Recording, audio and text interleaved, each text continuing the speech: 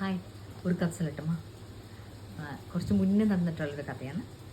So Appu, ആരപ്പു? എൻ്റെ മൂത്ത മകളാണ് അപ്പു. സോ ഒരു ദിവസം ആള്, I think she's in 10th standard.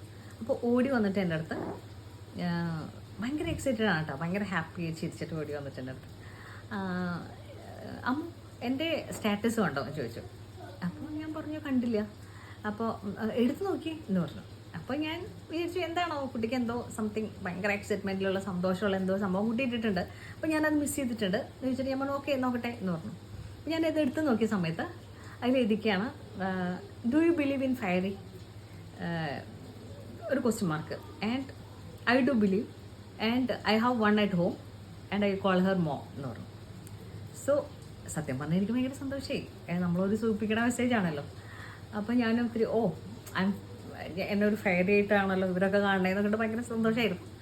അതുകൊണ്ട് സത്യം പറഞ്ഞാൽ ആ എക്സൈറ്റ്മെൻറ്റ് ആളുടെ കഴിഞ്ഞത് ഒരു 2 കൊല്ലം കഴിഞ്ഞപ്പോഴാണ്.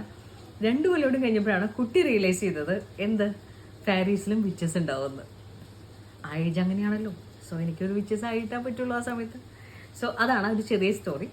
അതുപോലെ ഇതുപോലത്തെ നമ്മുടെ കുട്ടി കുട്ടി വിശേഷങ്ങളായിട്ട് ഞാൻ ഇനിയും വരും, ചെറിയ ചെറിയ കഥകളായിട്ട്. സോ മീതി സന്ധിക്കും വരെ വണക്കങ്ങൾ വീണ്ടും കണ്ടത് ഉങ്ങളുടെ സ്വന്തം ബാല.